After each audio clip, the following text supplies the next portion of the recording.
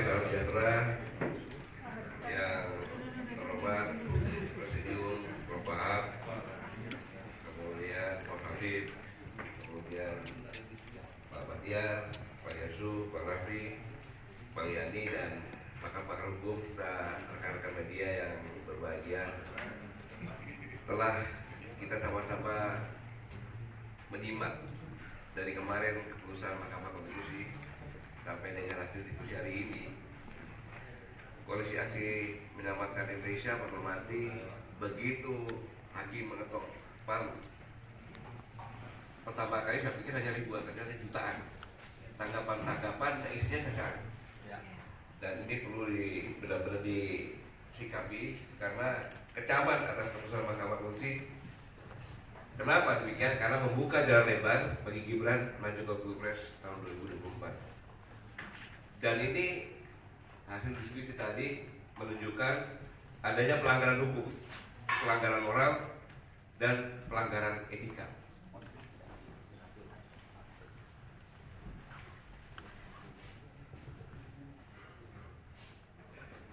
Mengapa demikian?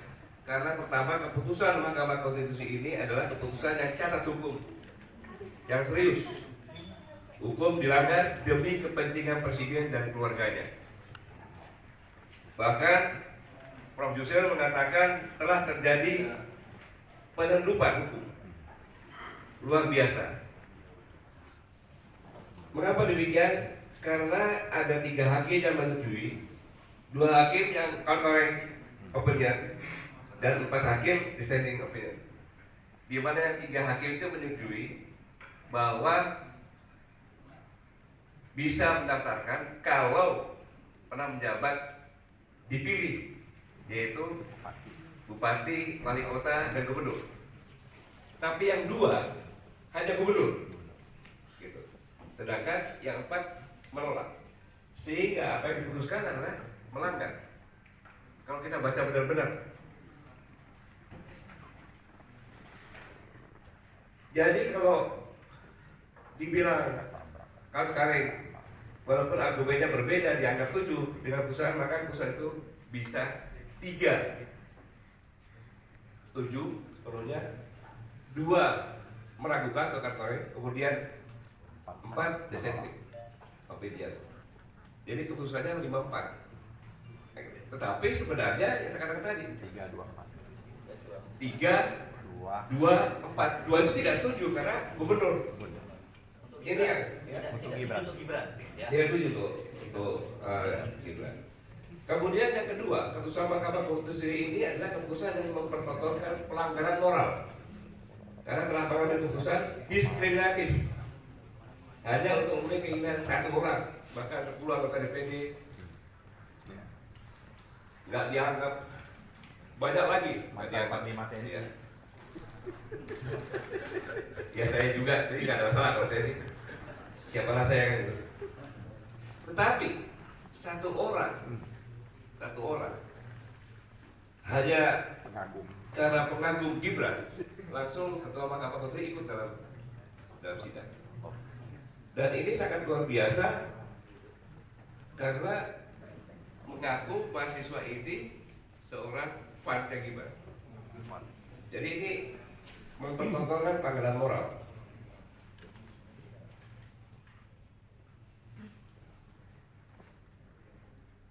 Ketiga, keputusan Mahkamah Konstitusi ini dinilai sebagai pelanggaran etika yang sangat luar biasa dan pelanggaran kode etik terkait putusan batas usia minimum cawapres sebab Anwar inkonsisten dalam putusan perkara yang berkaitan dengan kepentingan keponakannya sendiri. Saudara-saudara sekalian, hal ini sangat-sangat luar biasa. Tetapi Koalisi Aksi Menyelamatkan Indonesia berpikiran positif bahwa semua kejadian ini adalah bukan inisiatif Bapak Jokowi, tapi adalah kerja orang-orang sekelilingnya yang sudah merasa nikmat. Karena latar belakang MK ini adalah berawal dari pengajuan Gibran sebagai wali kota Solo. Karena PDIP punya aturan bahwa DPC, DPD sudah menyiapkan 2 nama dan tidak bisa dirubah. Tetapi hanya satu yang bisa berubah, yaitu ketua umum. Maka berdasarkan penjelasan tokoh PDIP mengatakan bahwa Pak Jokowi menghadap Ibu Mega untuk minta Gibran. Pemikiran ini adalah bahwa tingkat sekecil ini ada satu orang yang bisa menghapuskan semua undang-undang. Maka berdasarkan anatomi antropologi budaya kerajaan-kerajaan di Indonesia, dalam setiap pengambil keputusan, maka yang pertama kali menggunakan ujung lidah, yaitu diskusi. Mohon maaf saya agak sedikit jorok, tapi ini ada pengetahuan vulgar. Yang kedua adalah ujung kelamin, yaitu pernikahan. Yang ketiga baru menggunakan ujung badik, ujung lencong, ujung keris. Maka strategi ini diambil untuk tingkat keputusan tertinggi dalam perundang-undangan di Indonesia, yaitu Mahkamah Konstitusi. Dan ini terbukti. Maka dari orang-orang sekelilingnya ini, maka dalam kesempatan ini saya sebagai Kepala Staf Angkatan Darat menjadi Panglima TNI diangkat oleh Pak Jokowi sebagai Panglima TNI. Saya perlu mengingatkan bahwa apabila Gibran maju, maka sangat luar biasa mengorbankan legalitas. Beliau sudah 2 periode memimpin bangsa ini, legalitasnya cukup baik, di internasional juga, tiba-tiba akan jatuh karena amoral dengan yang saya sampaikan tadi. Kenapa demikian? Karena bisa terjadi bahwa pada periode yang akan datang kapan ada pelajaran sejarah untuk memberikan pelajaran tentang moral, etika, budi pekerti dan sebagainya. Yaitu diberikan contoh. Contohnya adalah keluarga Jokowi yang menjadi presiden, membuat segala macam langkah-langkah sehingga bisa meluruskan mulai dari wali kota sampai dengan calon wakil presiden. Karena apapun yang terjadi, saudara-saudara, maka saya tidak kemana-mana, tidak ke Pak Ganjar, tidak ke Pak Prabowo, tidak ke Pak Amin, karena saya masih mengamati. Kalau nanti terjadi apa-apa, Realcon dibeli semuanya, mengatakan pasangan satu yang menang, kemudian ada demo, cukup sampaikan silahkan ajukan ke Mahkamah Konstitusi. Artinya Mahkamah Konstitusi pasti akan bersama dengan hal ini. Yang perlu diingatkan adalah para hakim-hakim dengan mudahnya mengatakan saya mengambilkan keputusan demikian dia berdasarkan ketuhanan yang Maha Esa.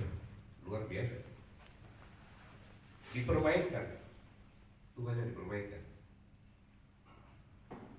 Maka menurut saya yang terbaik adalah para hakim-hakim ini mengundurkan diri untuk kehormatan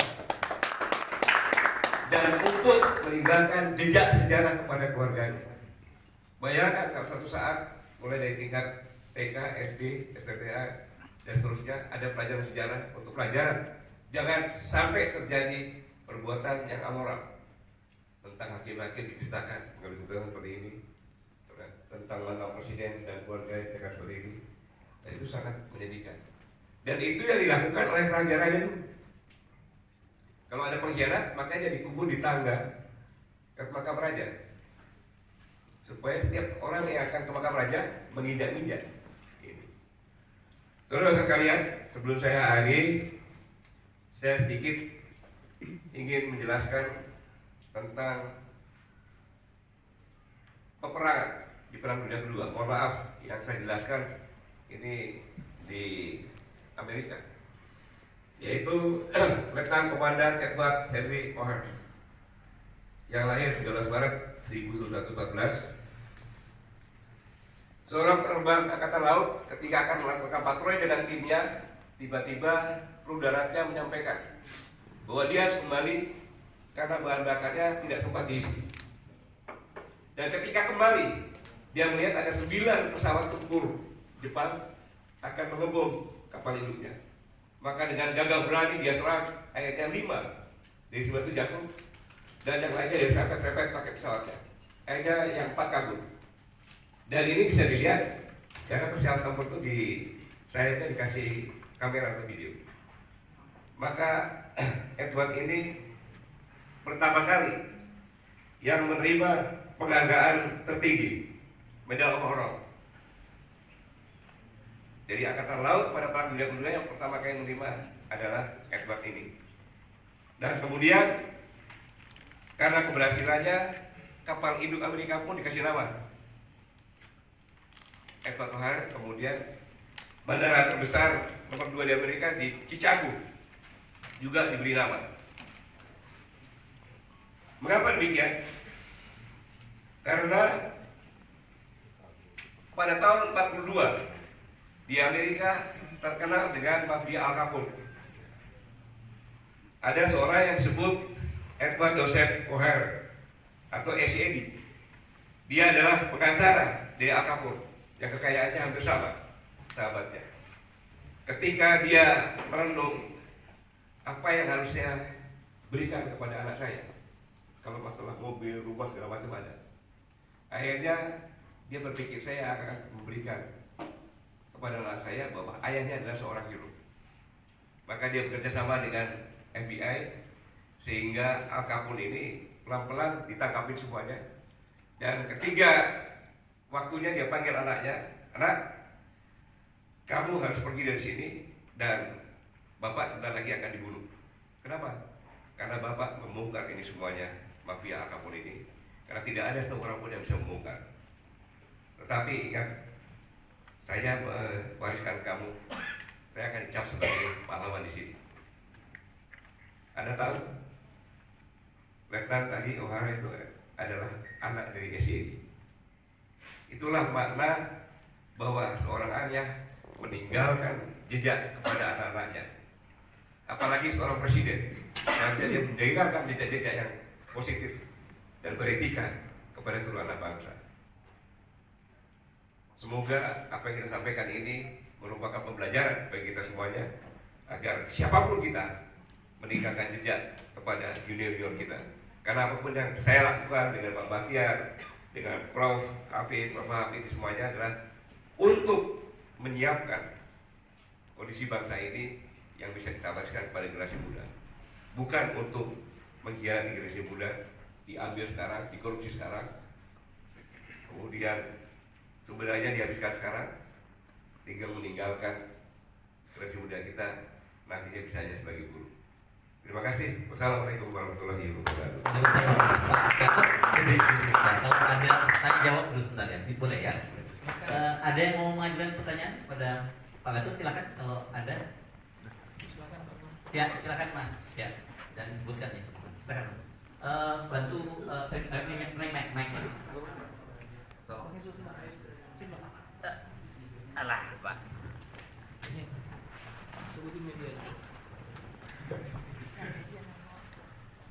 Oke, baik, sebelumnya izin Pak Gatot untuk bertanya. Saya Muhammad Sofyan Habis dari Universitas Islam Negeri Jakarta. Ya, mahasiswa. Nah, di sini saya ingin bertanya, kami dari Aliansi Mahasiswa Jakarta kemarin melakukan demo di depan MK. Nah, namun kami kecewa dengan putusan MK yang sedemikian rupa. Pertanyaannya adalah, apa yang dapat kami lakukan selaku mahasiswa untuk, apakah kami harus diam dan tidak bisa berbuat apa-apa dengan melihat kenyataan yang ada, realitas yang ada, atau kami harus bagaimana Pak sebaiknya? Dan mahasiswa adalah agent of change, apa yang dapat kami rubah di posisi tersebut? Terima kasih Pak. Assalamualaikum warahmatullahi wabarakatuh. Oke, ini pertanyaan mahasiswa ini ya. Wartawan. Yang lain dari wartawan ada? Oh ya, silakan. Mas, di sini Mas. Tolong dibantuin, tolong dibantuin. Dua RMO ini. Terima kasih. Perkenalkan saya Febrian Pak Gatot. Saya tertarik dengan pernyataan Bapak tadi. Dari mana, Di? Febrian dari Republika. Orok Liga. Saya tertarik dengan pernyataan kata Pak Gatot tadi agak mendorong hakim konstitusi untuk mundur yang terlibat dalam keputusan perkara ini. Misalnya saya, apakah semuanya atau hanya ketua MK saja yang mendorong untuk mundur? Itu yang pertama. Lalu yang kedua, mundur ini kan bukan perkara mudah ya. Banyak yang tidak mau mundur walaupun sudah membuat perbuatan kecil lain. Nah, apakah Bapak akan mengambil langkah lain juga seperti melaporkan dugaan pelanggaran etik ke PMK, ke Mahkamah Kehormatan MK? Lalu yang terakhir dari sisi politiknya, ini kan dianggap akan membukakan jalan untuk Gibran. Nah, Bapak berharapnya bagaimana kepada Pak Jokowi yang diduga kuat kepentingan dalam ini, apakah untuk misalkan tidak memanfaatkan putusan ini untuk mengusung Gibran sebagai cawapres? Itu aja, terima kasih. Oke. Satu lagi ya kalau ada? Ada? Ada? Kalau nggak ada, oke, cukup. Makasih ya. Baik, nah, terima kasih pertanyaan bagus bagi mahasiswa bahwa sejarah bangsa ini adalah diperjuangkan, diinisiatif, kemudian disiapkan, dimerdekakan adalah oleh generasi muda. Perjalanan bangsa pun dalam perang di Surabaya itu adalah anak-anak muda semuanya. Ketika terjadi penyimpangan dalam penyelenggaraan negara, mahasiswa yang bangkit, mahasiswa yang berubah tahun 98. Pertanyaannya, sekarang kemana mahasiswa? Jangan tanya kepada saya. Sekarang saya kemana mahasiswa? Apakah nikmat dengan kondisi sekarang atau dibina bubuk? Padahal Anda nanti akan menikmat tongkat estafet. Tergantung hari, apabila hari ini bangsa ini selamat, maka generasi muda akan mudah. Anda sekolah, Anda belajar, Anda bisa berkarya di sini. Kenapa saya bilang di sini? Banyak rekan-rekan saya, di kami juga ada, yang anak-anak yang ketika sekolah di luar negeri, dia tidak mau pulang. Pertanyaannya simpel, apakah Bapak bisa menjamin saya kembali dan profesional saya dihargai dan saya bisa berkarya di sini dengan objektif? Bapak-bapaknya diam, tidak bisa seperti itu.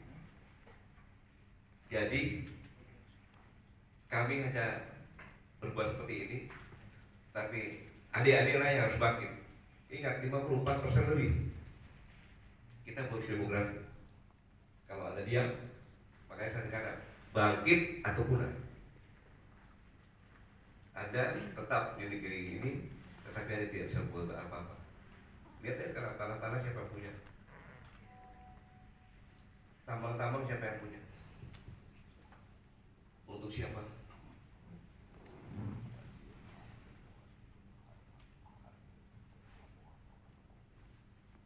Harus bangkit. Harus bangkit. Dan itu hak generasi muda. Sampaikan dengan benar bersama-sama semuanya. Karena saat ini adalah perempuan. Saat ini perempuan. Ketika terjadi krisis di mana-mana, China krisis, Amerika krisis, Eropa krisis, yang bisa eksis di negeri ini. Dan kalau kita bisa bayar negeri dengan baik, mereka akan berlomba-lomba investasi di sini. Investasi bukan perampokan tapi. Itu untuk mahasiswa ya. Jadi jawab banyak pertanyaan saya dengan teman-teman yang lainnya lagi. Yang kedua, hakim. Siapapun hakim itu sebaiknya dia mundurkan diri. Karena apa? Saat inilah momen yang paling penting untuk perbaiki namanya. Orang lainnya tahunya itu mantan hakim MK, oh itu pengkhianat bangsa, penyelundup hukum, mengutarbalikan hukum dan sebagainya.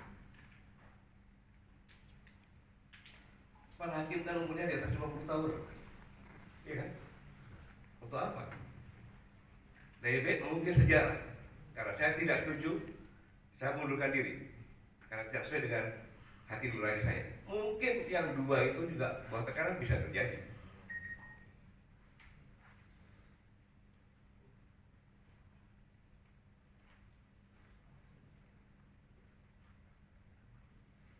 Kemudian untuk para hakim, biarlah masyarakat yang menghukum secara moral. karena itu lebih sakit daripada dulu. Dan saya yakin juga nantinya sejarah akan terbuka.